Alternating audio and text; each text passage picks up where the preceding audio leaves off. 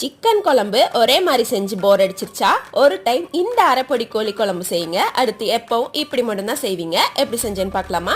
ஒரு கனமான கடாயில் மல்லி, மிளகு, சீரகம், பட்டை, கிராம்பு, கசகசா, கல்பாசி, பொட்டுக்கடலை சேர்த்து நல்லா வறுத்து எடுத்து வச்சிடலாம். அதே கடாயில் அரை கப் துருவின தேங்காய் சேர்த்து அதையும் நல்லா வறுத்து எடுத்து வச்சிடலாம்.